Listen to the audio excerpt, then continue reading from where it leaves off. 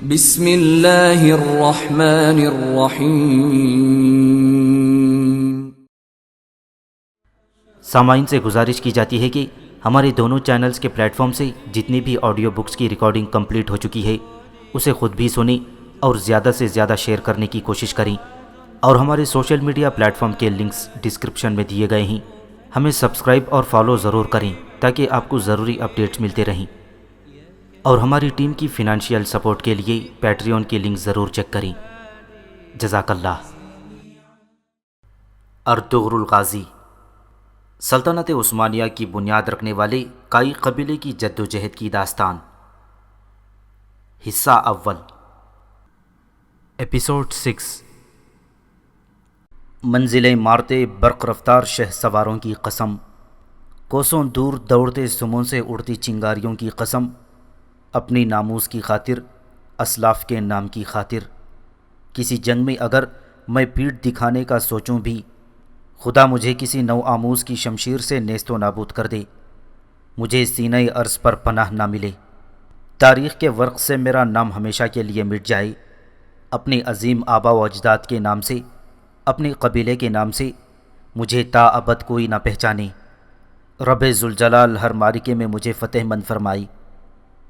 Ertugrul بھی اپنے جانثاروں کے ساتھ کاراتویار کا غرور خاک میں ملانے کے لیے روانہ ہو گیا تھا۔ منصوبے کے مطابق سلیمان شاہ اس سے پہلے ہی شہزادہ شہیر اور شہزادہ نعمان کے ہمراہ رخصت ہو چکے تھے۔ ارطغرل کو یقین تھا کہ اس مہم میں بھی فتح حق کی ہوگی اور وہ ہر امتحان پر پورا اترے گا۔ خوشامدید تیتوش۔ جیسے ہی کاراتویار کو تیتوش کا ستا ہوا چہرہ دکھائی دیا، وہ اس کا پرجوش استقبال کرنے کے لیے اپنی جگہ سے اٹھ کھڑا ہوا اور پھر تیتوش کے بیٹھتے ہی اسے بتانے لگا، استاد اعظم نے جو مکتوب بھیجا تھا وہ میں نے پڑھ لیا تھا، کائی قبیلے کو حلب سے آنے سے روکنا چاہتے ہیں وہ۔ ہاں بالکل، تیتوش کے لہجے میں بیزاری تھی۔ ان سے کہنا بے فکر ہو جائیں، کائی قبیلہ حلب نہیں وہاں جائے گا جہاں میں چاہوں گا۔ مگر کیسے؟ تیتوش کاراتویار کے پر اعتماد انداز پر چونکا۔ ان کا نائب سردار میرے ساتھ مل چکا ہے، وہ منگولوں کا اتحادی بننا تو پسند کرے گا مگر صلیبیوں سے ہر صورت دور رہنا چاہے گا۔ کون ہے وہ آدمی؟ تیتوش نے پوچھا۔ ارطغرل، ایک پیدائشی احمق آدمی جو ہمارا وفادار ہے، ہم جیسے چاہیں اسے استعمال کر سکتے ہیں۔ کاراتویار نے قہقہہ لگایا۔ اور سلیمان شاہ؟ تیتوش کی پھونکار سنائی دی۔ آج شام وہ ہمارے قلعے میں آ رہا ہے، ہتھیار ڈالنے، اور اپنے ساتھ تمہارے سرماؤں کے پنجے سے بچ نکلنے والے شہزادے کو بھی لا رہا ہے۔ کاراتویار نے متکبرانہ انداز میں کہا اور پھر خود ہی اپنی کامیابی پر قہقہے لگانے لگا، جبکہ تیتوش اب بھی کسی سوچ میں غرق تھا۔ کاراتویار وحشیوں کی طرح سامنے پڑے گوشت کے پارچے حلق سے اتارنے لگا تھا۔ تیتوش اب بھی خاموش تھا۔ کن فکروں میں ہو تیتوش؟ فتح ہمارا مقدر بن چکی ہے، ہم دونوں کو اپنی دلی مراد ملنے والی ہے۔ ارطغرل جب حلب جا رہا تھا تب بھی تم اسی طرح سکون سے بیٹھے تھے، ہر فکر سے آزاد، پھر دیکھ لیا نا تم نے کیا ہوا تھا، تمہارے آدمی کسی کام کے نہیں۔ ابھی تیتوش کی بات مکمل نہیں ہو پائی تھی کہ قلعے کا نگران اعلیٰ سرو اندر داخل ہوا اور کاراتویار کے سامنے جھکتے ہوئے بولا، میرے آقا سلیمان شاہ، مہمانوں کو انتظار نہیں کرانا چاہیے، بھیجو ان لوگوں کو۔ کاراتویار نے چہکتے ہوئے اس کی بات کاٹی۔ وہ اکیلا آیا ہے میرے آقا۔ سرو کے انکشاف پر کاراتویار اچھل کر کھڑا ہو گیا۔ کیا کہا تھا میں نے تجھ سے بزاد، اندر بھیجو اسے۔ سرو کاراتویار کے غصے سے خوب واقف تھا، اس نے مزید کچھ نہ کہا اور خاموشی سے واپس چلا گیا۔ دیکھتے ہیں تمہاری مراد براتی ہے یا اس بار بھی منہ کی کھاتے ہو تم کاراتویار۔ تیتوش نے اسے غصے سے گھورا اور آگے بڑھ گیا۔ وہ سلیمان شاہ کے سامنے نہیں آنا چاہتا تھا، اس لیے ایک ستون کے عقب میں جا کھڑا ہوا تھا۔ چند لمحے بعد دروازہ کھلا، سلیمان شاہ اندر داخل ہوئے اور باوقار انداز میں چلتے ہوئے کاراتویار کے بالمقابل کھڑے ہو گئے۔ تم یہ کیا چال چل رہے ہو سلیمان شاہ؟ کہاں ہے میرے قیدی؟ کاراتویار انہیں دیکھتے ہی غرایا۔ میرے بیٹے کو چھوڑ دو گے تو مل جائیں گے تمہارے قیدی، سلیمان شاہ نے جواب دیا۔ یہ سنتے ہی کاراتویار نے خنجر نکال لیا اور ان کی طرف بڑھتے ہوئے بولا، کوئی آخری خواہش ہے تو بتا دے اے بدبخت، مجھے اور میرے بیٹے کو جان سے مار کر تمہیں وہ شہزادہ حاصل ہو جائے گا کیا؟ سلیمان شاہ نے اس قدر پرسکون آواز میں کہا کہ کاراتویار نے جھنجھلا کر چمکتا ہوا خنجر ان کی شہرک پر رکھ دیا۔ مجھے دھمکی دے رہے ہو تم سلیمان شاہ؟ گلدارو کو نقصان پہنچا تو ارطغرل تمہارے قیدیوں کو سلجوق سلطنت سے باہر نکال دے گا، پھر کوئی ان کی گرد بھی نہیں پا سکے گا، نہ تم اور نہ وہ صلیبی جن کے تم خدمتگار ہو۔ ستون کے پیچھے کھڑا تیتوش سلیمان شاہ کی بات پر چونک گیا تھا۔ کچھ ایسی ہی حالت کاراتویار کی تھی۔ میرے بیٹے کو اپنی قید سے آزاد کر دو تو میں تمہیں شہزادے کے پاس لیے چلتا ہوں۔ سلیمان شاہ نے تیر نشانے پر لگتا دیکھ کر پیشکش کی۔ کہاں ہے وہ؟ کاراتویار نے الفاظ چباتے ہوئے پوچھا۔ ایک نزدیکی مقام پر ارطغرل کے کڑے پہرے میں ہیں۔ اگر مجھے ذرا بھی نقصان پہنچا تو سلطان علاؤالدین تک ہر بات پہنچ جائے گی۔ شہزادے نے ایک مکتوب میں سلطان علاؤالدین کو سب کچھ لکھ دیا ہے۔ مہینوں کس طرح وہ صلیبیوں کی قید میں رہی، انہیں سلطان بننے پر آمادہ کرنے کے لیے کیسا کیسا تشدد کیا گیا، اور کس طرح وہ ظلم برداشت کرنے کے باوجود سلطنت سے باقی نہیں ہوئے ہیں، اور یہ بھی کہ تمہارا صلیبیوں کے ساتھ کیسا گٹھ جوڑ ہے۔ اب کہو کیا ارادہ ہے تمہارا؟ سلیمان شاہ کی باتوں سے کاراتویار کا غصہ ہرن ہو گیا تھا۔ چہرے پر ہوائیاں اڑنے لگیں تو اس نے خنجر نیچے کر لیا، جو اس بات کا خاموش اعلان تھا کہ وہ گلدارو کو رہا کرنے کے لیے تیار ہے۔ سلیمان شاہ کو زندان میں گلدارو کے پاس جانے کی اجازت مل گئی تھی۔ جب وہ زندان میں پہنچے تو زخمی گلدارو اپنے بابا کو دیکھ کر حیران ہو گیا۔ سپاہی نے قید خانے کا دروازہ کھولا تو سلیمان شاہ نے اندر داخل ہو کر بیٹے کو سینے سے لگا لیا۔ بابا آپ یہاں؟ کیا ان لوگوں کو کاراتویار کے حوالے کر دیا آپ نے؟ گلدارو نے سوال کیا۔ نہیں، سلیمان شاہ نے مختصراً جواب دیا۔ کاراتویار تمہیں رہا کر رہا ہے، اب تم فوراً قبیلے جاؤ۔ لیکن بابا یہ لوگ آپ کو زندہ نہیں چھوڑیں گے، گلدارو نے کہا۔ جیسا میں کہتا ہوں ویسا کرو گلدارو، چلے جاؤ یہاں سے، سلیمان شاہ نے اسے اشارہ کرتے ہوئے کہا تو گلدارو زندان سے باہر آ گیا۔ وہ سمجھ گیا تھا کہ سلیمان شاہ یہ سب کچھ کسی سوچے سمجھے منصوبے کے تحت کر رہی تھی۔ گلدارو کے جاتے ہی قید خانے کا دروازہ ایک بار پھر بند کر دیا گیا، لیکن قیدی بدل گیا تھا۔ اب گلدارو کی جگہ سردار سلیمان شاہ زندان کی سلاخیں تھامے کھڑے دکھائی دے رہے تھے۔ ارطغرل اور سلیمان شاہ کے جاتے ہی کردغلو کے ساتھیوں نے اس راز کو افشا کر دیا کہ کاراتویار نے گلدارو کی سربراہی میں جانے والا کارواں لوٹ کر تمام سپاہیوں کو قتل کر دیا ہے۔ انہوں نے یہ بھی بتا دیا تھا کہ سلیمان شاہ اس خبر کو پوشیدہ رکھتے ہوئے اپنے بیٹے کو بچانے کے لیے کاراتویار سے کوئی معاہدہ کرنے گئے ہیں۔ اس انکشاف پر وہ لوگ آگ بگولا ہو گئی جن کے بچے اس لڑائی میں مارے گئے تھے۔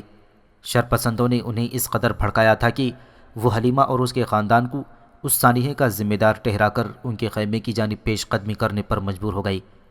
البارکو کی نشاندہی پر انہوں نے آغا جان کے خیمے میں زیر علاج زخمی حمزہ کو بھی ڈھونڈ لیا تھا۔ زخمی حمزہ اس بات کا ثبوت تھا کہ کاروان لٹنے کی خبر درست تھی۔ مشتعل ہجوم نے خیمے پر پتھراؤ شروع کر دیا تھا جس میں صرف حلیمہ موجود تھی۔ عین اس وقت جب شرپسند خیمے کے اندر گھسنے والے تھے، حائمہ خاتون ان کے سامنے آ گئیں اور لوگوں کو باز رہنے کا حکم دیا۔ ان لوگوں کی وجہ سے ہمارے بیٹے مارے گئے ہیں حائمہ خاتون، کارواں پر حملہ ہوا ہے، ہم برباد ہو گئے ہیں۔ ہجوم میں شامل لوگوں نے کہا، کیا بزرگوں کی روایات بھلا دیں تم لوگوں نے؟ ہوش کھو بیٹھے ہو کیا بالکل؟ حائمہ خاتون نے وارروب آواز میں کہا۔ انتہا ہو گئی ہے حائمہ خاتون، کون سی روایات اور کتنی جانیں لیں گی یہ روایات؟ ہمارے بچوں کی لاشیں کہاں ہیں؟ سلیمان شاہ کہاں ہیں؟ اگر آپ کا بیٹا مرتا تو کیا تب بھی یہی کہتی آپ؟ لوگ ان کی باتیں سننے کے لیے قطعاً تیار نہیں تھے۔ اس قبیلے میں موجود ہر شخص مجھے اپنی اولاد کی طرح عزیز ہے۔ قبیلے کا مطلب برے اور اچھے وقت میں ایک دوسرے کے ساتھ ایک جان ہو کر رہنا ہے۔ اگر یہ اتحاد ٹوٹ گیا تو دشمن کا مقابلہ کیسے کریں گے ہم؟ پھر کوئی بھی محکوم بنا لے گا ہمیں۔ کیا سلیمان شاہ نے کبھی اپنی جان زیادہ عزیز رکھی ہے آپ لوگوں کی جانوں سے؟ اور قبیلے کی بھلائی کے علاوہ کبھی کچھ اور سوچا ہے انہوں نے؟ ان کی غیر موجودگی میں نظام میں خرابی پیدا کرنا، مہمان پر پتھراؤ کرنا، کیا یہ سب آپ کو زیب دیتا ہے؟ اگر روایت کو نظر انداز کرنے کی کوشش کی گئی تو یاد رکھنا اس کا حساب بھی دینا ہوگا۔ آج کے بعد کسی نے مہمانوں کو تکلیف دی تو میں سمجھوں گی کہ مجھے تکلیف دی گئی ہے۔ اگر کسی نے ان کے خلاف قدم اٹھایا تو وہ مجھے اپنے خلاف دیکھے گا۔ یہ بات آپ سب جان لیں۔ یہ کہہ کر حائمہ خاتون خیمے کی طرف بڑھیں۔ تھوڑی دیر بعد جب وہ خیمے سے باہر آئیں تو ان کے ساتھ ڈری سہمی حلیمہ تھی۔ انہوں نے حلیمہ کا ہاتھ مضبوطی سے تھام لیا اور اسے لے کر اپنے خیمے کی طرف بڑھنے لگیں۔ کسی میں اتنی جرأت نہیں تھی کہ آگے بڑھ کر انہیں روک سکتا۔ تمہارے ساتھ کوئی کھیل کھیلا جا رہا ہے کارا تو یار۔ سلیمان شاہ کے زندان میں جاتے ہی تیتوش ستون کے عقب سے نکل کر سامنے آ گیا تھا۔ انہیں ہمارے تعلقات کے بارے میں کیسے علم ہوا تیتوش؟ کارا تو یار ابھی تک حیران تھا۔ ارطغرل سے، تیتوش نے جواب دیا۔ وہ کوئی معمولی آدمی نہیں، بہت شاطر ہے، اور یہ بات میں تمہیں کئی مرتبہ سمجھا چکا ہوں۔ اب ان سب کا مرنا لازمی ہو گیا ہے۔ کارا تو یار بڑبڑایا۔ شہزادے نعمان نے سلطان علاء الدین کو جو مکتوب لکھا ہے اس کا کیا کرو گے؟ تیتوش نے اس کی توجہ مکتوب کی طرف دلائی۔ محل میں موجود میرے آدمی وہ مکتوب کسی صورت بھی سلطان تک نہیں پہنچنے دیں گے، کارا تو یار نے جواب دیا۔ چلو دیکھتے ہیں۔ تیتوش کو اب کارا تو یار کے کسی دعوے پر یقین نہیں رہا تھا۔ اسی وقت ایک سپاہی نے قریب آ کر کارا تو یار کے کان میں سرگوشی کی تو اس کی باچھیں کھل اٹھیں اور وہ خوش ہوتے ہوئے بولا، سلیمان شاہ، اب بتاؤں گا میں تمہیں کہ شکاری کیا ہوتا ہے۔ کارا تو یار پرجوش انداز میں آگے بڑھا اور اپنے محافظوں کے ساتھ قید خانے میں پہنچ گیا۔ اس نے سلاخوں کے پیچھے کھڑے سلیمان شاہ کو غور سے دیکھا اور طنزیہ لہجے میں کہا، میں نے تمہارے بیٹے کو چھوڑ دیا، اب تم بھی اپنا وعدہ پورا کرو سلیمان شاہ۔ اس کا اشارہ پاتے ہی ایک سپاہی نے آگے بڑھ کر زندان کا دروازہ کھول دیا اور سلیمان شاہ باہر آ گئے۔ ارطغرل کے بہادر سپاہیوں نے اس پہاڑی راستے پر مورچے سنبھال لیے تھے جہاں کارا تو یار کو سلیمان شاہ کے ہمراہ آنا تھا۔ وہ سب نہایت چوکس بیٹھے ہوئے تھے۔ تیتوش بھی اپنے وفاداروں کے ہمراہ ایک چٹان کے پیچھے چھپا ہوا بیٹھا تھا۔ وہ خاص طور پر اس کھیل کا انجام دیکھنے یہاں آیا تھا۔ اس نے اپنے سپاہیوں کو سختی سے حکم دیا تھا کہ وہ کسی بھی صورت یہاں اپنی موجودگی کا احساس نہیں دلائیں گے۔ جلد ہی انہیں کارا تو یار دور سے اپنے سپاہیوں کے ساتھ آتا ہوا دکھائی دیا۔ سلیمان شاہ بھی اس کے ساتھ تھی۔ ان کے ہاتھ رسی سے بندھے ہوئے تھے اور کارا تو یار کی تلوار ان کی گردن پر تھی۔ یہ منظر دیکھتے ہی قائی سپاہیوں نے فوراً اپنے ہتھیار سنبھال لیے۔ تیر انداز بھی حکم کے منتظر تھے۔ اسی وقت دوسری جانب سے ارطغرل بھی چٹان کی اوٹ سے باہر آ گیا۔ شہزادہ نعمان اور شہیر بھی اس کے ساتھ تھے۔ اپنے بابا کو اس حال میں دیکھ کر ارطغرل کا چہرہ غصے سے لال ہو گیا تھا، مگر یہ وقت ضبط سے کام لینے کا تھا۔ شہزادوں کو ادھر بھیجو ارطغرل، کارا تو یار نے ایک مقام پر رکتے ہوئے پوچھا۔ تم بابا کو ادھر بھیجو پہلے، ارطغرل نے جواب دیا۔ چنانچہ کارا تو یار نے سلیمان شاہ کو جانے کی اجازت دے دی۔ اسی وقت ارطغرل نے بھی شہزادوں کو آگے بھیج دیا تھا۔ جیسے ہی شہزادے اور سلیمان شاہ ایک دوسرے کے قریب پہنچے، کارا تو یار نے چلا کر اپنے سپاہیوں کو حکم دیا، سب کو مار دو، کوئی بچنے نہ پائے۔ لیکن یہ دیکھ کر کارا تو یار حیران رہ گیا کہ کسی طرف سے تیر نہیں آیا تھا۔ سب کو قتل کر دو، کیا کہہ رہا ہوں میں؟ کارا تو یار کو شاید کچھ غلط ہونے کا احساس ہو گیا تھا۔ وہ گھبراہٹ کے عالم میں ادھر ادھر دیکھ رہا تھا۔ ہر طرف خاموشی تھی۔ تیتوش بھی اس جان لیوا خاموشی پر حیران تھا۔ دھوکہ، غداری، ایک ایک سے حساب لوں گا میں، اس نے چلا کر کہا اور پھر ساتھ آئے محافظوں کو حملہ کرنے کا اشارہ کر دیا۔ اسی وقت ارطغرل موت بن کر ان کے سروں پر پہنچ گیا۔ وہ دونوں ہاتھوں میں تلوار تھامے کارا تو یار کے محافظوں پر ٹوٹ پڑے اور آنن فانن انہیں موت کے گھاٹ اتار دیا۔ ادھر بابر اور روشان نے عقب سے حملہ آور ہو کر کارا تو یار پر قابو پا لیا تھا۔ شہزادہ نعمان اور شہیر بالکل محفوظ تھے اور چچا دلی دمیر ان کے سامنے ڈھال بنے ہوئے کھڑی تھی۔ تمہارا بھائی ابھی تک میرے قبضے میں ہے ارطغرل، کارا تو یار نے آخری چال چلی، لیکن وہ نہیں جانتا تھا کہ عارفین اور سرو زخمی گلدارو کو لے کر ان کے عقب میں پہنچ چکے تھی۔ عارفین نے بھی ارطغرل سے کیے ہوئے وعدے کو پورا کر دکھایا تھا۔ یہاں آنے سے قبل قائی قبیلے میں عارفین نے ارطغرل کو اپنی حقیقت سے آگاہ کرتے ہوئے بتا دیا تھا، میں برسوں سلجوق سلطنت کا کماندار رہا ہوں۔ شاہی خاندان کے دشمن اندر ہوں یا باہر، میں ان سے لڑا اور بہت خون بہایا، اور اب مجھے شہزادہ نعمان کی حفاظت کے لیے بھیجا گیا ہے۔ میری بس یہی ایک خواہش اور فریضہ ہے کہ شہزادے اور ان کے بچوں کی حفاظت کروں۔ کارا تو یار کے لشکر میں اپنے پرانے لوگوں سے ملنے کا میرا یہی مقصد تھا۔ میری بھی یہی خواہش ہے کہ میرا قبیلہ، میرا خاندان اور حلیمہ کا خاندان خیر و عافیت سے رہیں۔ جب ہم دونوں کی خواہش ایک ہے تو چلیے ہم دونوں مل کر ایک پہاڑ کی طرح ڈٹ جاتے ہیں کاراتویار کے سامنے۔ ارطغرل نے اسے پیشکش کی۔ آپ ایک بے خوف انسان ہیں ارطغرل بھائی، آپ کی کمان میں لڑنا میرے لیے ایک شرف ہوگا۔ اچھا تو یہ بتائیں عارفین بھائی، اس کے جن لشکریوں سے رابطہ ہوا وہ کتنے وفادار ہیں؟ بس اتنا یقین کر لیں ارطغرل بھائی، کاراتویار وہاں پہنچنے کے بعد اپنے لشکریوں کو جو بھی حکم دے گا وہ بہرے بن جائیں گے۔ تو بس طے ہو گیا، اسے سبق سکھا دیں گے ہم۔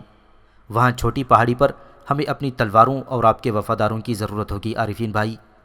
ہم حملہ آور ہوں گے اور آپ کاراتویار کے لشکر میں اپنے وفاداروں کے ساتھ مل کر ہمارا ساتھ دیں گے۔ بے فکر ہو جائیں، ایسا ہی ہوگا۔ عارفین نے تنہائی میں ارطغرل کو اپنی جس وفاداری کا یقین دلا دیا تھا، آج اس کا ثبوت بھی پیش کر دیا تھا۔ سرو، تو تم غدار ہو، میں تمہیں چھوڑوں گا نہیں، شہزادوں کے ساتھ تمہیں بھی مار ڈالوں گا۔ کاراتویار اپنے قلعے کے نگران اعلیٰ کو دیکھ کر غصے سے کانپتے ہوئے بولا۔ جہنم میں جاؤ تم کاراتویار، سرو نے نفرت سے تھوک دیا۔ تیتوش بھی کاراتویار کا انجام دیکھ کر واپس چلا گیا تھا۔ وہ ہر صورت یہاں اپنی موجودگی کو خفیہ رکھنا چاہتا تھا، اسی لیے صلیبی سپاہیوں نے کاراتویار کی مدد نہیں کی تھی۔ اب کاراتویار کو بچانے والا کوئی نہیں رہا تھا۔ سرو اور دیگر لوگ یہی چاہتے تھے کہ کاراتویار کو یہیں انجام تک پہنچا دیا جائے، لیکن سلیمان شاہ نے حکم دیا کہ کاراتویار کے مستقبل کا فیصلہ جرگے میں ہوگا۔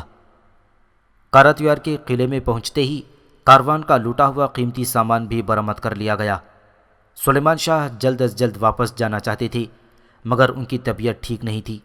چنانچہ قلعے کے نگران اعلیٰ سرو کے اصرار پر انہوں نے وہیں شب بسر کرنے کا فیصلہ کر لیا تھا۔ کردغلو اس وقت سلیمان شاہ کے خیمے میں سرداری کی مسند پر بیٹھا تھا۔ اس کے زرخرید حمایتی بھی ساتھ ہی موجود تھے۔ اگر سلیمان شاہ واپس نہیں آئے تو ہم کیا کریں گے محترم؟ ایک شخص نے سوال کیا۔ کردغلو نے ابھی جواب بھی نہیں دیا تھا کہ حائمہ خاتون عقبی خیمے کے عقبی حصے سے نکل کر سامنے آ گئیں۔ ایک طرف ہماری مصیبتیں ہیں جو ختم ہونے کا نام نہیں لے رہیں، اور دوسری طرف قبیلے کے معزز کہلانے والے لوگ اقتدار پر قابض ہونے کے لیے دن رات محنت کر رہے ہیں۔ ہمیں تخت کب حاصل ہوگا؟ سردار کب مرے گا؟ کچھ لالچی لوگ منتظر ہیں شدت سے، جنہیں یہ احساس نہیں کہ اتنے برسوں میں ان گنت جنگوں سے فتح یاب لوٹنے والے سلیمان شاہ اگر یہ حال دیکھ لیں تو وہ خود ہی اپنی جان دے دیں۔ یہ باتیں اب ماضی کا قصہ بن گئی ہیں حائمہ خاتون۔ مستقبل میں ہمیں کیا مشکلات پیش آ سکتی ہیں، ہمیں اس بات پر غور کرنا چاہیے۔ البارکو نے نخوت سے کہا تو کردغلو نے اسے ڈانٹ دیا۔ حد میں رہو البارکو۔ پھر وہ حائمہ خاتون کی طرف متوجہ ہوا۔ ہم قبیلے کی سلامتی کے معاملے پر مشاورت کے لیے جمع ہوئے تھے، مگر اس وقت حائمہ بھابھی کو بے آرام کرنا مناسب نہ ہوگا۔ ان پر پہلے ہی بہت پریشانی ہے۔ بہتر ہوگا میرے خیمے میں چل کر بات کر لیتے ہیں۔ اور ہاں دوستوں، سرداری علامات میرے خیمے میں لے چلو، کردغلو نے کہا، اور وہ اٹھ کھڑا ہوا۔ اس سے پہلے کہ حائمہ خاتون کوئی احتجاج کرتیں، کردغلو کے چیلے سرداری علامات اٹھا کر باہر لے جانے لگے۔ کردغلو نے اب اپنے خیمے کو ہی سردار کا خیمہ قرار دے دیا تھا۔ اس کے حمایتی بھی وہاں پہنچنا شروع ہو گئے تھے۔ اس وقت بھی وہ کردغلو کی سربراہی میں نئی سازشیں تیار کرنے میں مصروف تھے کہ طبل کی آواز سنائی دی۔ ابھی اس کا سبب معلوم نہیں ہونے پایا تھا کہ ایک تیز آواز نے کردغلو کے پیروں تلے سے زمین کھینچ لی۔ سلیمان شاہ آ گئے ہیں۔ کردغلو نے اٹھ کر خیمے سے باہر جھانکا تو پورا قبیلہ سلیمان شاہ کے استقبال کے لیے موجود تھا۔ وہ فاتحانہ انداز میں گھوڑے پر سوار تھے، اور سب سے اہم بات یہ تھی کہ وہ کاراتویار کو گرفتار کر کے ساتھ لے آئی تھی۔ کاراتویار کے ہاتھ بندھے ہوئے تھے اور اسے پیدل قبیلے میں لایا گیا تھا۔ تمہیں اس کی قیمت چکانی پڑے گی، میں تم سب کو ختم کر دوں گا۔ کاراتویار ارطغرل کے ساتھیوں کو گھورتے ہوئے چلا رہا تھا، مگر اب کوئی اس کی بات کو اہمیت دینے کے لیے تیار نہیں تھا۔ کاراتویار کو میدان میں ایک ستون سے باندھ دیا گیا تھا، اور کائی قبیلے کا جرگہ جلدی اس کی قسمت کا فیصلہ کرنے والا تھا۔ کاراتویار کو دیکھ کر لوگ اسے فوری سزا دینے کا مطالبہ کر رہے تھے، لیکن سلیمان شاہ نے یہ کہہ کر انہیں خاموش کرا دیا کہ کاراتویار کی سزا کا فیصلہ جرگے میں کیا جائے گا۔ حلیمہ بھی اپنے باپ اور بھائی سے لپٹ گئی تھی۔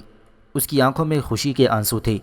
حائمہ خاتون اور شہناز کا چہرہ بھی گلدارو کو دیکھ کر کھل اٹھا تھا۔ سب سے بری حالت گردگلو کی تھی۔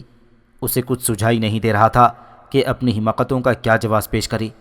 کاراتیار کو میدان میں نصب ستون سے باندھ دیا گیا اور سلیمان شاہ حائمہ خاتون کے ساتھ اندر خیمے میں چلے گئے۔ ان کے چہرے پر تھکاوٹ اور نقاہت کے آثار تھے۔ یہ سب اس پھوڑے کی وجہ سے تھا جو اب ناسور بن چکا تھا۔ کچھ دیر آرام کرنے کے بعد سلیمان شاہ نے سرداری علامات کے بارے میں سوال کیا تو حائمہ خاتون نے انہیں گردگلو کی حرکتوں کے بارے میں تفصیل سے آگاہ کر دیا۔ حائمہ خاتون کی باتیں سن کر سلیمان شاہ خاموش ہو گئے، لیکن پریشانی ان کے چہرے سے عیاں ہو رہی تھی۔ تیتوش کی طرف سے بھیجا ہوا پیغام رساں کبوتر صلیبیوں کے قلعے میں پہنچ چکا تھا۔ استاد اعظم اس بات پر شدید غصے میں تھا کہ قیدیوں کو حاصل کرنے کے چکر میں کاراتیار کائی قبیلے کے ہتھے چڑھ گیا۔ یہ وقت خاموش بیٹھنے کا نہیں تھا۔ اس نے فوراً تیتوش کو پیغام بھیج دیا کہ کاراتیار کو کائی قبیلے سے بچانے کے لیے ہر حد سے گزر جائے، اور وہ ابھی کاراتیار سے کئی اہم کام لینا چاہتا تھا۔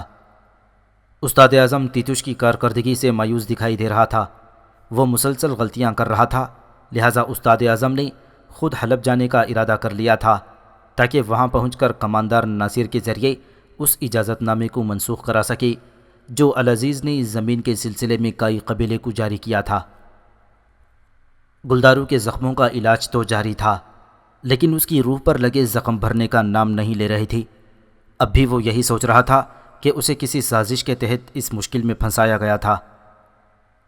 گلدارو، کیا دھرا کسی اور کا ہے، تم خود کو ذہنی اذیت دینے کی کوشش مت کرو۔ یہ سب کچھ ارطغرل کی وجہ سے ہوا ہے۔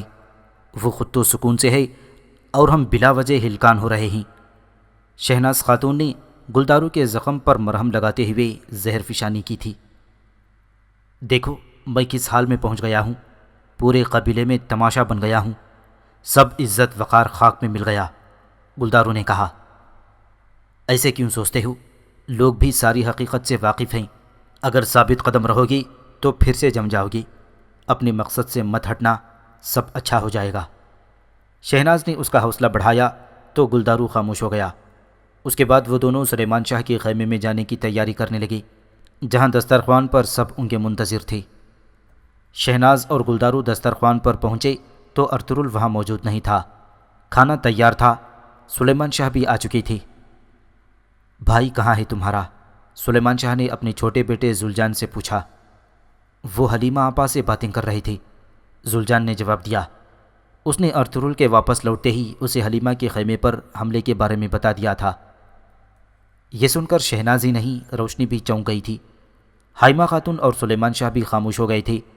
اسی لمحے ارطغرل اندر داخل ہوا اور تاخیر سے آنے کی معذرت کرتے ہوئے دسترخوان پر بیٹھ گیا۔ یہ جو اچانک مسئلہ اٹھا، اس کی وجہ سے بہت تاخیر ہو گئی۔ مجھے آپ کا پیغام حلب پہنچانا ہے بابا۔ مہمان بھی روانہ ہونا چاہتے ہیں۔ مجھے ان کی منزل تو معلوم نہیں، لیکن کم از کم حلب تک تو ساتھ جا سکتا ہوں میں، اگر آپ کی اجازت ہو تو۔ کھانے کے دوران ارطغرل نے سلیمان شاہ کی طرف دیکھتے ہوئے کہا، ذرا جرگہ ہو جانے دو اور جنازوں سے فارغ ہو جائیں، پھر دیکھتے ہیں۔ سلیمان شاہ نے جواب دیا۔ شہزادہ نعمان خود بھی سلیمان شاہ کو کاراتیار کے قلعے میں بتا چکا تھا کہ یہاں سے واپسی پر وہ لوگ حلب روانہ ہوں گے اور پھر وہاں سے سلجوق سلطنت سے باہر نکل جائیں گے۔ سلیمان شاہ کی بات سن کر ارطغرل خاموشی سے کھانا کھانے میں مصروف ہو گیا۔ کھانے کے بعد شہناز اور گلدارو واپس اپنے خیمے میں آ گئے تو گلدارو غصے سے کڑتا ہوا بولا، بھائی کی حماقتیں، بابا کا ضدی پن، دشمن کی سازشیں، یہی کافی نہیں تھا کیا؟ اوپر سے ہم میں غدار بھی پیدا ہو گیا، اپنے ہی بھائیوں کا دشمن سے سودا کرنے والا غدار۔ کون ہے وہ غدار؟ شہناز اس کی بات پر چونکی، اس کے دل کی دھڑکن بڑھ گئی تھی۔ معلوم ہوتا تو کچھ کہے سنے بغیر ہی اپنے ہاتھ سے گردن اڑا دیتا اس کی، لیکن خیر، جلد ہی معلوم ہو جائے گا۔ وہ گہری سانس لیتے ہوئے بولا، دشمن کے لیے مخبری کرنے والا غدار ہماری صفوں میں موجود ہے، اور تم یہاں خیمے میں بیٹھ کر اپنے زخموں پر ٹسوے بہانے کے سوا کچھ بھی نہیں کر رہے۔ شہناز خاتون نے سخت لہجے میں کہا اور اس کے قریب بیٹھ کر بولی، سمجھ کیوں نہیں رہے؟ اس قبیلے کی امید ہو تم، گلدارو، میدان خالی مت چھوڑنا۔ ادھر ان نیچ اور گھٹیا مہمانوں کی وجہ سے پورے قبیلے کی زندگیاں الگ داؤ پر لگی ہیں اور تم ہاتھ پر ہاتھ دھرے بیٹھے ہو۔ یہ جنہیں تم نیچ اور گھٹیا کہہ رہی ہو، جانتی ہو وہ کون ہیں؟ گلدارو نے اس کی طرف دیکھا۔ کون ہیں وہ؟ شہناز نے پوچھا۔ سلجوق شاہی خاندان کے لوگ ہیں۔ نعمان صاحب اصل میں شہزادے ہیں اور وہ معمولی دکھنے والی لڑکی ایک شہزادی ہے۔ یہ سن کر شہناز کا منہ حیرت سے کھلا رہ گیا، لیکن جلد ہی وہ سنبھل کر بولی، اب سمجھ آیا ہم پر اتنی مصیبتیں کیوں آ رہی ہیں۔ ارطغرل کی آنکھوں پر تو ایسی پٹی بن گئی ہے کہ اسے پورے قبیلے کی پرواہ نہیں۔ تم کب اس کی زیادتیوں کے خلاف اٹھو گے یا یوں ہی بیٹھے قبیلے کی بربادی کا تماشا دیکھتے رہو گے؟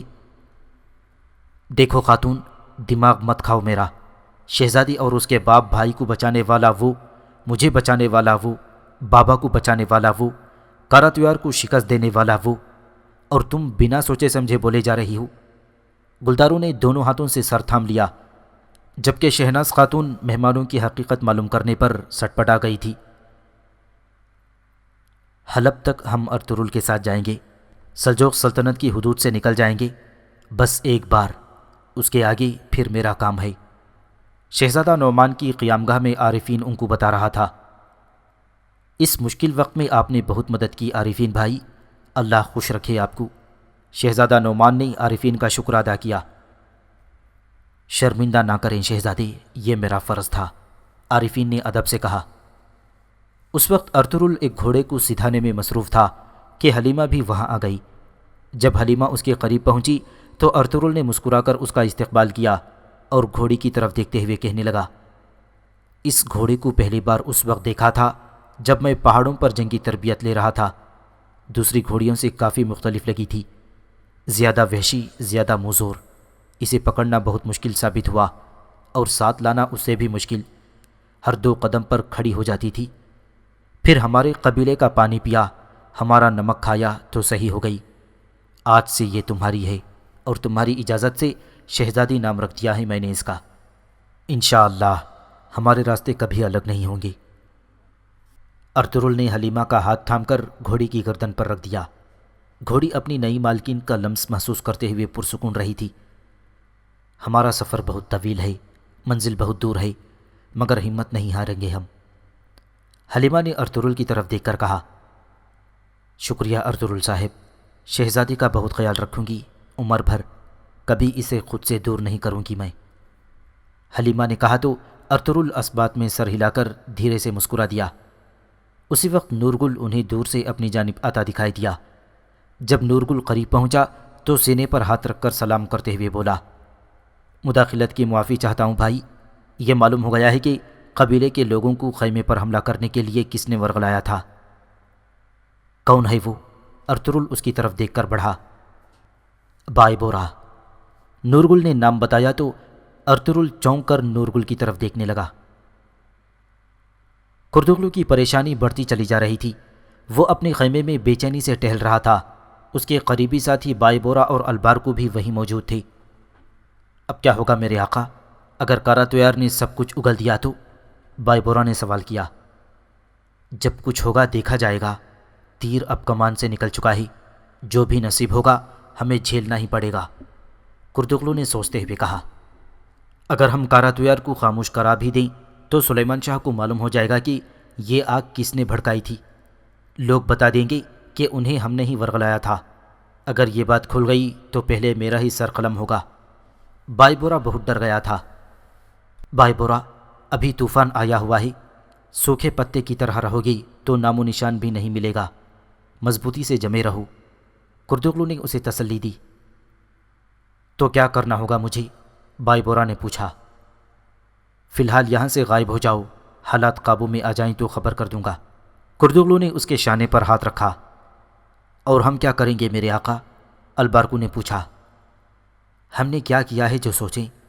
سلیمان شاہ کی غیر موجودگی میں جو بھی امانتاً تحویل میں لیا تھا وہ سب واپس کر دیں گے، کردغلو نے مکاری سے جواب دیا۔ اس نے سرداری علامات واپس پہنچانے کا حکم دے دیا اور خود بھی سلیمان شاہ سے ملنے چل دیا۔ جب ہر چیز اپنی جگہ رکھ دی گئی تو کردغلو نے سلیمان شاہ سے ملاقات کی اجازت طلب کی۔ سلیمان شاہ اپنی آرام گاہ میں تھے اور انہوں نے اسے انتظار کرنے کو کہا۔ کردغلو کے لیے ایک ایک لمحہ صدی کے برابر تھا۔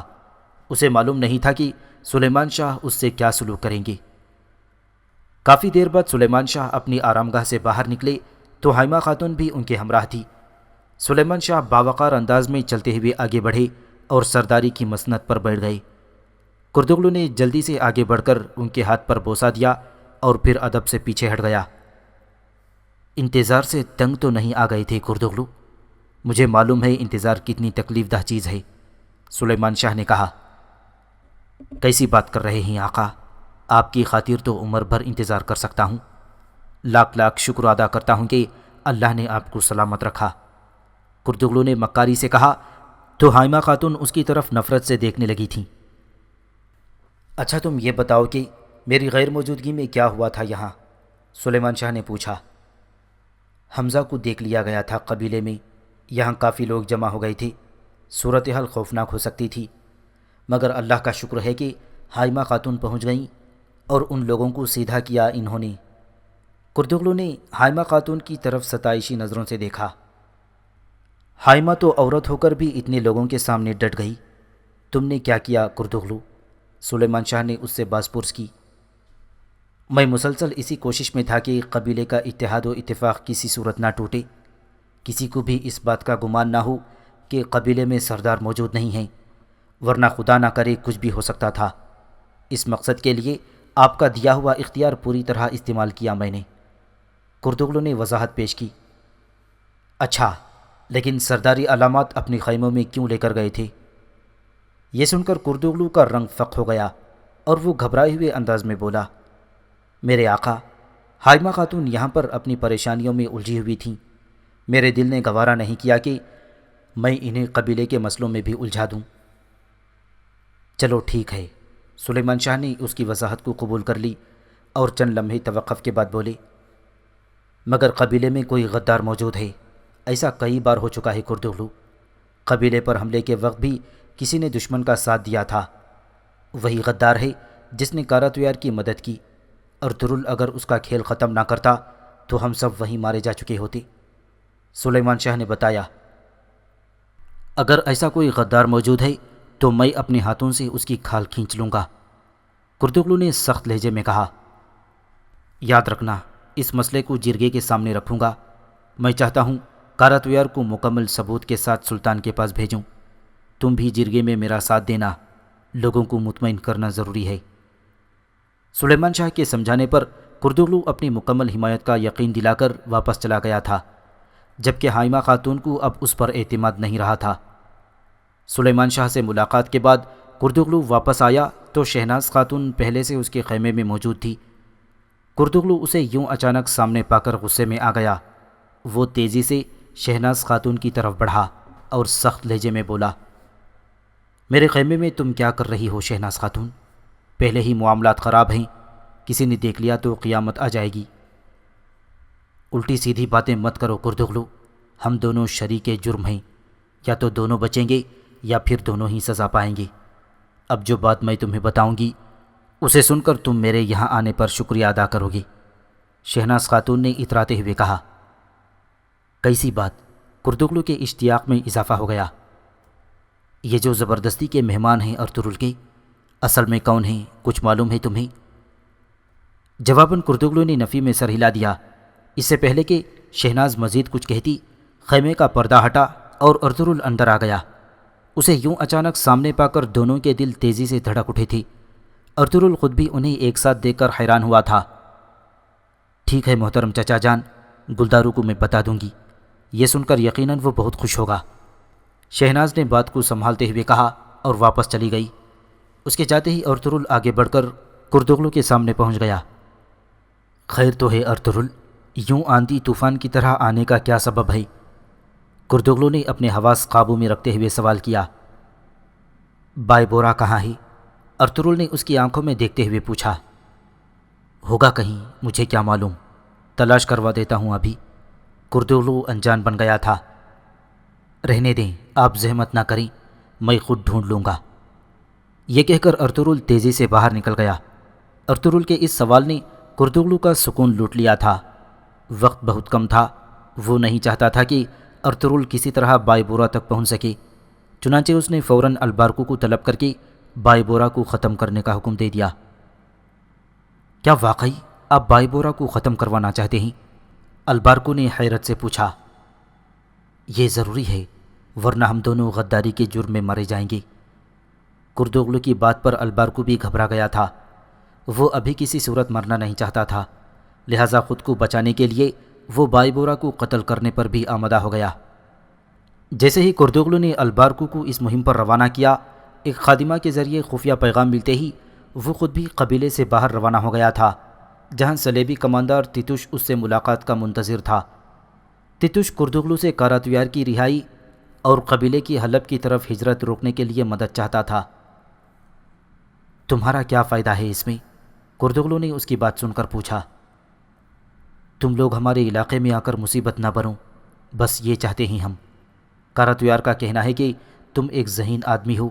اگر یہ صحیح کہتا ہے تو یقیناً تمہیں اندازہ ہو گیا ہوگا کہ کائی قبیلے کی اور تمہاری اپنی سلامتی اسی میں ہے کہ کاراتویار کو بخیریت واپس بھیج دیا جائے، کیونکہ تمہاری سرداری اور پھر قبیلے کو جہاں چاہے لے جانے کی آزادی صرف کاراتویار ہی دے سکتا ہے۔ تم خود ایک دلدل میں پھنس چکے ہو کردوغلو۔ جو مقتول دفنائے جانے والے ہیں ان کا خون تمہارے ہاتھوں پر ہے، اور سردار بنے بغیر یہ خون صاف ہونے والا نہیں۔ کاراتویار کو یہاں سے نکالنا ممکن نہیں۔ ہاں، البتہ اگر تم لوگوں میں اتنی طاقت و جرأت ہے تو تم خود اسے لے جا سکتے ہو۔ کردوغلو نے طنزیہ جملہ کس کر تیتوش کو مزید برہم کر دیا تھا۔ حملے میں قتل ہونے والے سپاہیوں کو دفنانے کے بعد جرگے کا آغاز ہو گیا تھا، جس میں سلیمان شاہ نے یہی تجویز پیش کی تھی کہ کاراتویار کو سلطان علاؤ الدین کے پاس خونیہ بھیج دیا جائے تاکہ وہ جرم سننے کے بعد خود اس کی سزا کا تعین کریں۔ جب جرگے کے باقی شرکاء نے بھی اس تجویز کی حمایت کر دی تو کاراتویار کو سلطان کے پاس خونیہ لے جانے کی ذمہ داری قلعے کے ناظم اعلیٰ سرو کو سونپ دی گئی تھی۔ اسی روز کاراتویار کو سلطان علاؤ الدین کے پاس لے جانے والا مختصر دستہ اپنے سفر پر روانہ ہو گیا تھا۔ اس کی قیادت سرو کر رہا تھا، لیکن جیسے ہی ان لوگوں نے قبیلے سے نکل کر مختصر فاصلہ طے کیا، تیتوش نے اپنے سپاہیوں کے ساتھ حملہ کر کے کاراتویار کو آزاد کرا لیا۔ انہوں نے کماندار سرو کو بھی مار دیا تھا۔ اب آگے تمہارا کام ہے کاراتویار۔ سلطان علاؤ الدین کو جا کر تم ایک ایک بات بتاؤ گے۔ انہیں بتاؤ گے کہ کائی لوگوں نے مفرور شہزادے کو سلطان کی خدمت میں بھیجنے کے بجائے پناہ دے دی ہے، اور پھر اس کا نام استعمال کر کے دوسرے ترک قبیلوں سے بیعت لے لی ہے تاکہ بغاوت کروا کر سلطان علاؤ الدین کا تخت الٹا جا سکے۔ اس کام سے فارغ ہوتے ہی تیتوش نے کاراتویار سے کہا، اور یہ بھی بتاؤں گا، میں ان سے چھین کر سلطان کے غداروں کو دوبارہ قونیہ لا رہا تھا کہ انہوں نے مجھ پر حملہ کر دیا۔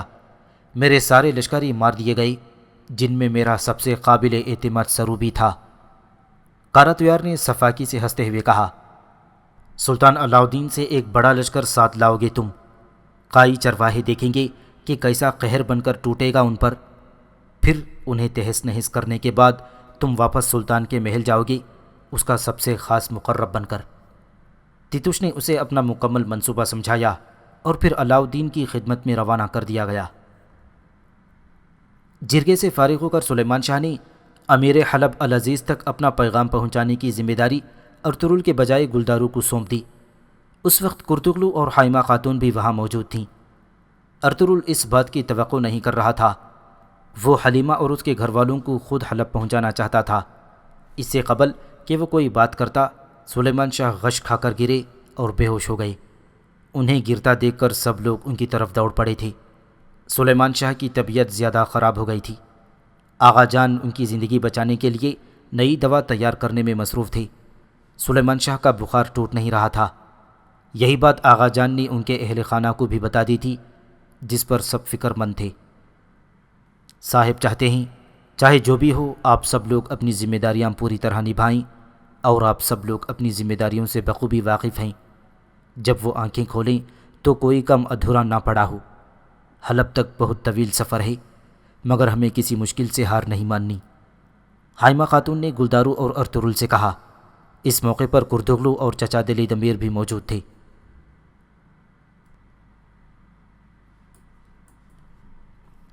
استاد اعظم دیہاتی ترکوں کے بھیس میں حلب پہنچ گیا تھا، لیکن وہ نہیں جانتا تھا کہ ابن العربی اسے حلب کے بازار میں دیکھ چکے ہیں۔ استاد اعظم نے ایک محفوظ مقام پر پہنچتے ہی کماندار ناصر کو طلب کر لیا تھا۔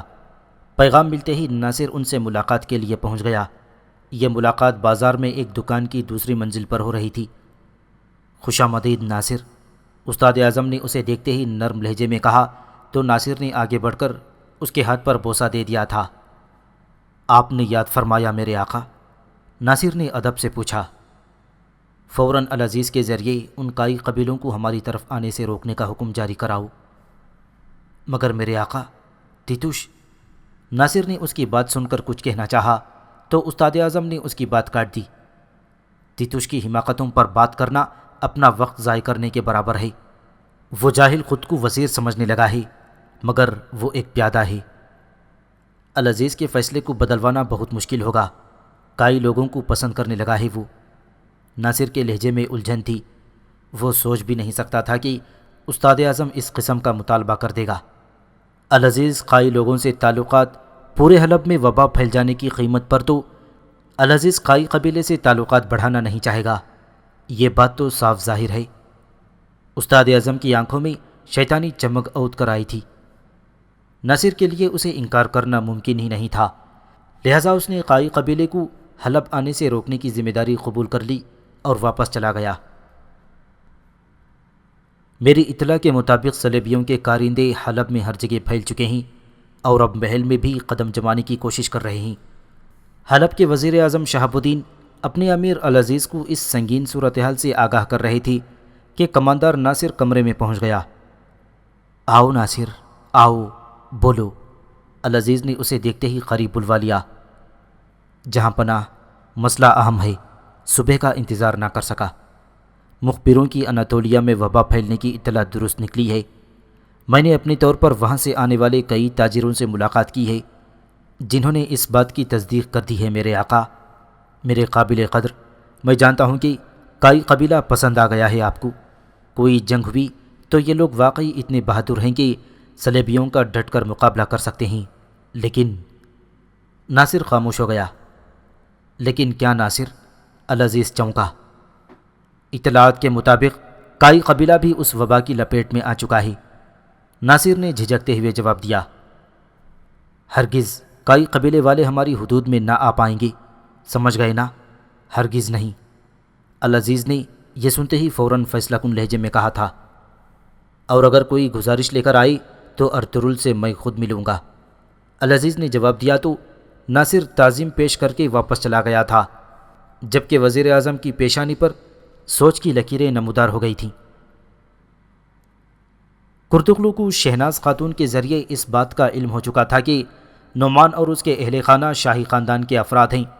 یہ معلوم ہوتے ہی اس نے نئی سازشوں کا جال بچھانا شروع کر دیا تھا، اور پھر گلدارو کے پاس پہنچ کر اسے سمجھاتے ہوئے بولا، اٹھو گلدارو، تمام معززین خیمے میں جمع ہونا شروع ہو گئے ہیں، آج تمہارا دن ہے۔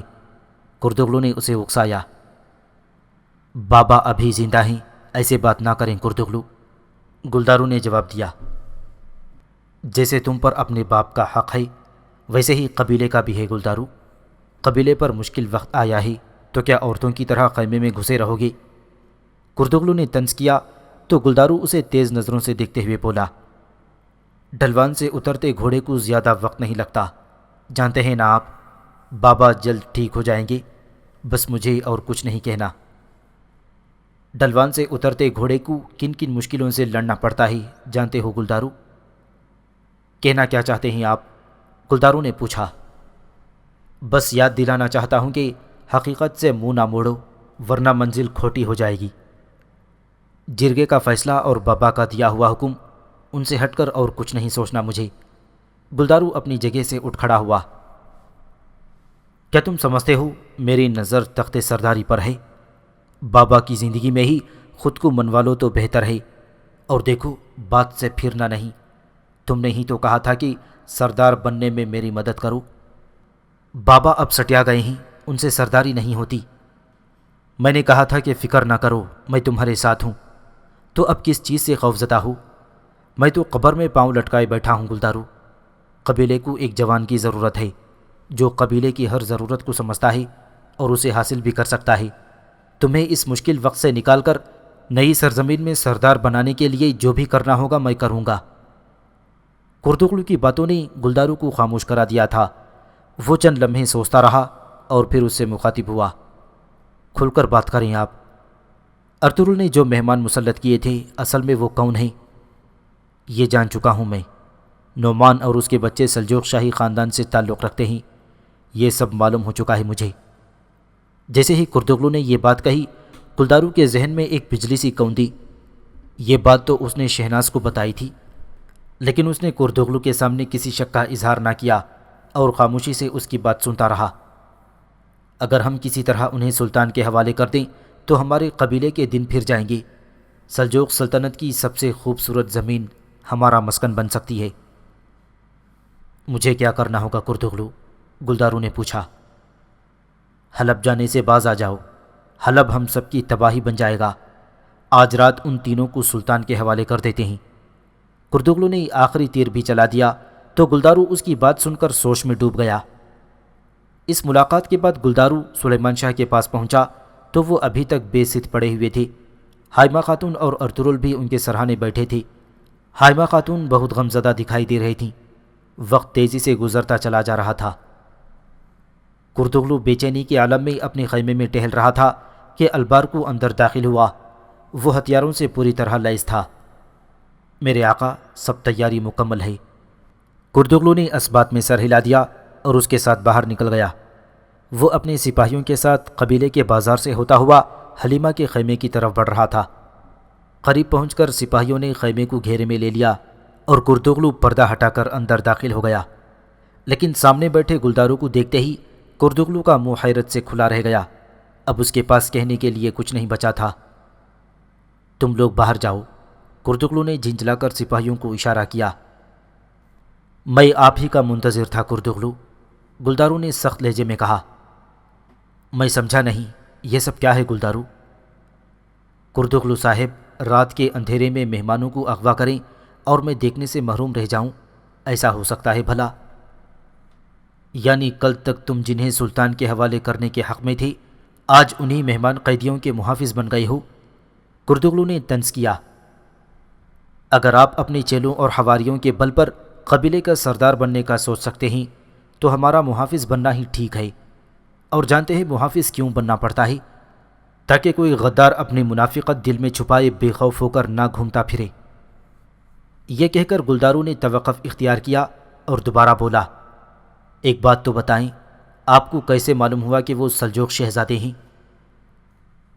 کاراتویار کے پاس جب ایلچی بن کر گیا تھا تو اس بدذات سے اگلوا لیا تھا، اسی کی زبان سے معلوم ہوا تھا مجھے۔ تو اتنے عرصے کیوں چھپائی رکھی یہ بات؟ سلیمان شاہ نے جب کسی وجہ سے اپنی اولاد سے چھپائی رکھی یہ بات تو میرا بھی فرض تھا اسے چھپانا، کردغلو نے جواب دیا۔ جھوٹ بول رہے ہیں آپ، گلدارو نے اس کا بیان رد کر دیا۔ جو حقیقت تھی میں نے بتا دی، اور ہاں، اگر تمہیں شک ہے کہ کسی اور نے مجھے یہ بات بتائی ہے تو اس سے حساب لو۔ یہ کہہ کر کردغلو تیزی سے واپس چلا گیا، جبکہ گلدارو وہیں کھڑا رہا تھا۔ کردغلو کی اس بات نے گلدارو کے دماغ میں شہناز کے بارے میں تقویت دے دی تھی۔ چنانچہ وہ اپنے خیمے میں آ گیا اور شہناز کو دیکھتے ہی بولا، نعمان اور اس کے بچے شہزادے ہیں، کردغلو کو یہ بات تم نے بتایا تھا نا؟ شہزادوں سے میرا کیا لینا دینا ہے؟ کس طرح کی باتیں کر رہے ہو تم؟ اتنا غصہ کس بات پر آ رہا ہے تمہیں؟ شہناز چوری پکڑے جانے پر سنبھل کر بولی۔ کردغلو ان شہزادوں کی حقیقت جان گیا ہے تو اس نے کچھ کر دیا کیا؟ شہناز کا دل تیزی سے دھڑکا۔ انہیں اغوا کرنے کی نیت سے پہنچا تھا وہ۔ شہزادے اب کہاں ہیں؟ شہناز نے تجسس بھرے لہجے میں پوچھا۔ ارطغرل کے ساتھ نکل گئے ہیں وہ، گلدارو نے سکون سے جواب دیا۔ سلیمان شاہ کے بیمار ہونے کے بعد العزیز کے پاس پیغام پہنچانے کی ذمہ داری گلدارو نے اپنی خوشی سے ارطغرل کو سونپ دی تھی۔ حائمہ خاتون بھی اس موقع پر موجود تھیں۔ ارطغرل چاہتا تھا کہ سلیمان شاہ کے حکم کے مطابق گلدارو ہی حلب جائے، لیکن اس نے اپنی جگہ ارطغرل کو جانے پر رضامند کر لیا تھا۔ ساتھ ہی یہ بھی طے پا گیا تھا کہ کردغلو کی سازش کو ناکام بنانے کے لیے حلیمہ اور اس کے گھر والے بھی ارطغرل کے ساتھ ہی روانہ ہو جائیں گے۔ تو تم نے نکال دیا انہیں، یہ کیا غضب کیا؟ شہناز دہاڑی۔ تم نے ہی بتایا تھا نا اسے؟ گلدارو اب بھی بضد تھا۔ میں کیوں بتاؤں گی گلدارو؟ میرا کیا لینا دینا ہے کردغلو سے؟ کیا کردوغلو نے خود ہی بتایا کہ میں نے اسے بتایا تھا؟ شہناز کے چہرے پر گھبراہٹ تھی۔ کسی اور کو بھی بتایا ہے کیا؟ اور اگر تم نے ہی بتایا ہے خاتون تو اللہ گواہ ہے کہ گلدارو کی بات مکمل نہ ہوئی تھی کہ شہناز نے اس کے ہاتھ پر منہ رکھ دیا۔ ایسا کچھ سوچنا بھی نہیں، تمہیں کیا ہو گیا ہے؟ اپنے بچے کی ہونے والی ماں پر شک کر رہے ہو تم؟ اپنے بیٹے کی ماں پر؟ شہناز نے جذباتی انداز میں کہا تو گلدارو غصہ ضبط کرتے ہوئے زرہ اتار کر بستر پر بیٹھ گیا۔